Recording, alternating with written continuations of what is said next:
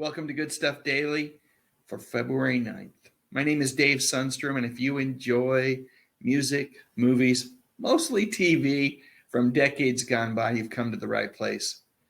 It's confession time, folks. I really blew it. Yesterday was the legendary Burt Mustin's birthday, and I completely forgot about it. So today, belatedly, we're celebrating the birth of Burt Mustin, who is probably best known for his roles on Leave It to Beaver and The Andy Griffith Show, but he showed up all over the place during the late 50s, during the 60s, and then even into the 70s. So here's what we got. I'm going to share a part of a video that I did, a tribute to Burt that I did on my primary channel, and I'll post a link to the entire video at the end of this episode today, so you can just click on it and watch the whole thing if you want to. But I'll play a portion of that, and then I think I'm going to show what I believe is his last television appearance, a 1977 Midas Mufflers commercial. And then we'll top things off with a musical tribute to the great Burt Mustin.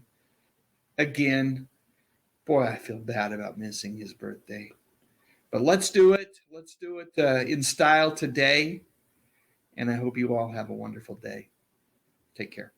So I've got this friend at work, and for the sake of this video, let's call him Dan. I've mentioned him before in at least one of my videos. He's a huge Leave It to Beaver fan. Anyway, the other day he said to me, "Dude, you've got to do something on Gus the Fireman."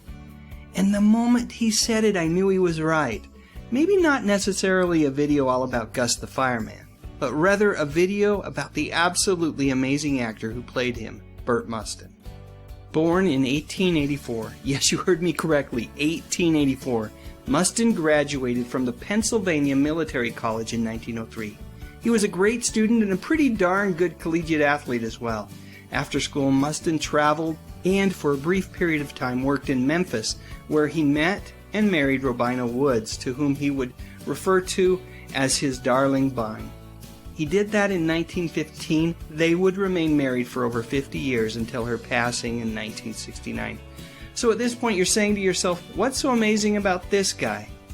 Well, here's the thing. You see, although Burt was a multi-talented chap, he really had no idea that he would ever become one of Hollywood's great character actors. Because after graduating from school with a civil engineering degree, Burt toyed around with the idea of becoming an engineer, and he also pondered the possibilities of joining his father's brokerage firm. However, end of the day, what really happened was for the next 25 years, Mustin was a car salesman. And with the advent of World War II, automobile production was halted in the U.S., and so, for a time at least, he became a salesman for hearing aids. At age 60, Mustin and his wife moved to the warmer climate of Tucson, Arizona because of her failing health. It was there that he rediscovered a passion for acting by performing in an assortment of roles at local theaters.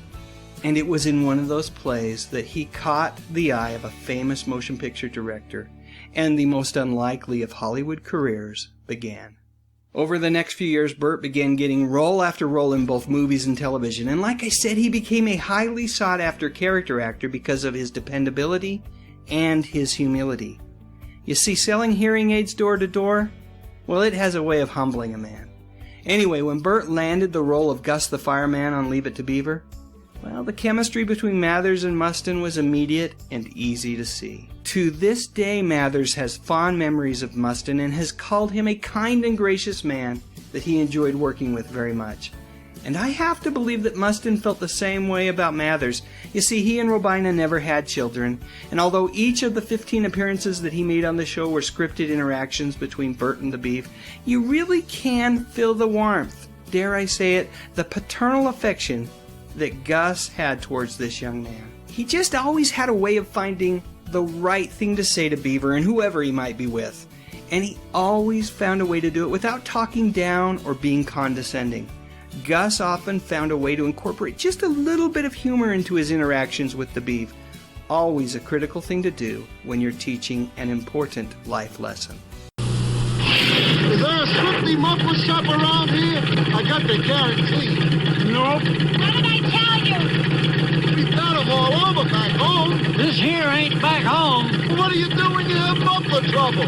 We just mosey down to that Midas muffler shop. What did I tell you? You never know where you'll be when you'll need a muffler. But you do know one of our 800 Midas muffler shops will be there.